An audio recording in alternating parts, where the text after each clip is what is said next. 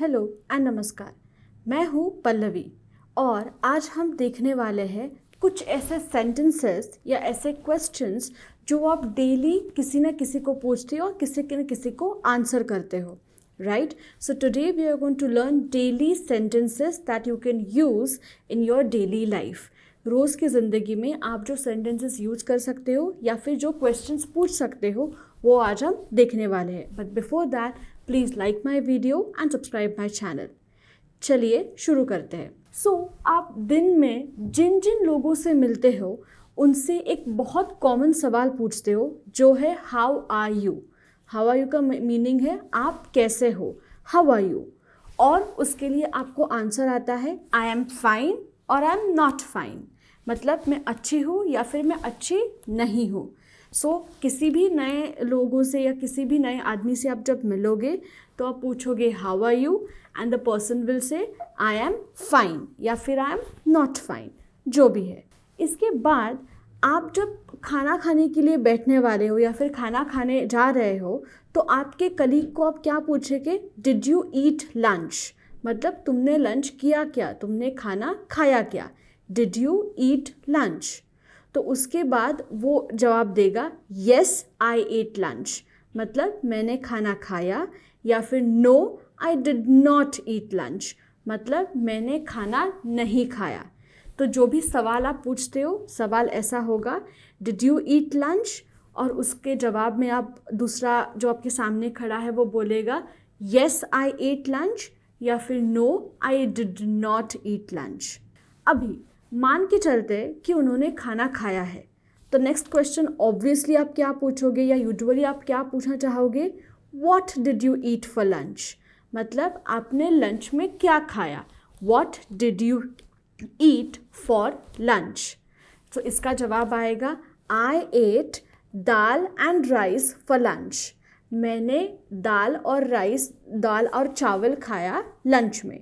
So I ate dal and rice for lunch. अभी जैसे आप ऑफिस के लिए निकल रहे हो बट आपके बॉस का या आपके कलीग का आपको कॉल आता है कि आप कब तक पहुंचने वाले हो, या when are you reaching the office, या फिर when are you coming to office.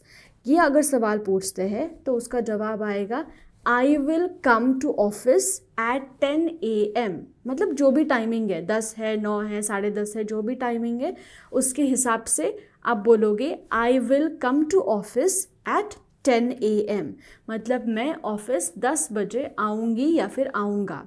Question क्या था, when are you coming to office, तुम ऑफिस कब आ रहे हो या आ रहे हो, और उसका आंसर होगा I will come to office at 10 AM, मैं 10 बजे ऑफिस आऊँगा।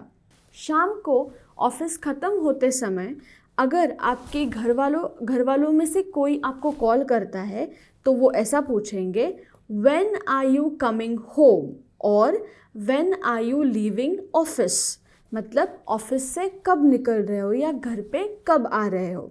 तो इसका आंसर होगा I will be leaving office at 7 PM, मैं ऑफिस से 7 बजे निकलूँगा, मैं ऑफिस से 7 बजे निकलूँगा।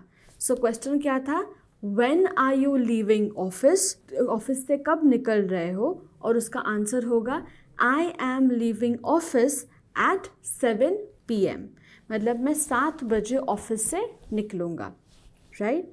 जब आप ऑफिस से निकल रहे हो और अगर आपको आपके मम्मा ने कुछ व्हाट्सएप पे भेजा कि मुझे ये चीज़ें चाहिए, तो वो मैसेज कैसे लिखेगी या फिर फ़ोन पे कैसे बोलेगी, please by the items on the list from the market, please by the items on the list from the market, मतलब ये जो लिस्ट मैंने भेजी है इसमें से चीज़ें आप मार्केट से लेते आना।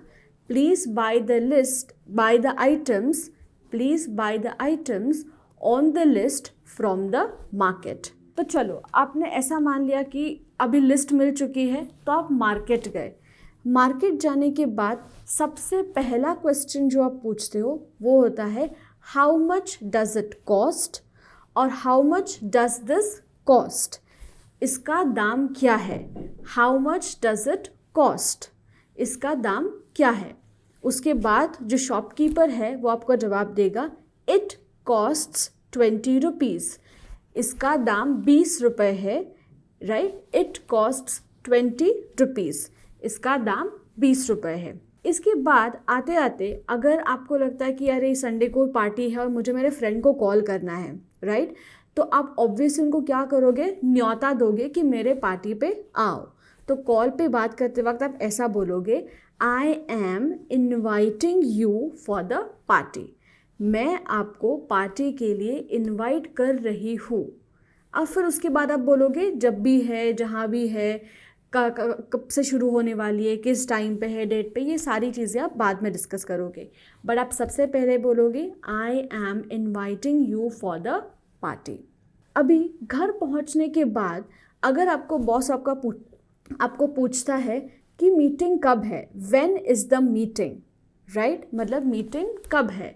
और अगर मीटिंग कल है तो आप बोलोगे meeting is tomorrow at 3 PM, time भी साथ ही साथ बता सकते हो। So meeting is at 3 PM tomorrow, या फिर मीटिंग इज़ टुमारो 3 PM, दोनों में से कुछ भी हो सकता है। Meeting is at 3 PM tomorrow मतलब कल दोपहर 3 बजे मीटिंग होगी, and then you and the conversation. इसी के साथ अगर कहीं आप खाना खाने जा रहे हो शाम को या दोपहर में, और जब आप रेस्टोरेंट में बैठे हो तो आप वेटर को बुलाओगे, करेक्ट। तो वेटर आपको बहुत ऑब्वियस क्वेश्चन पूछेगा, वो होता है what would you like to eat और what would you like to have, आप क्या खाना चाहते हो।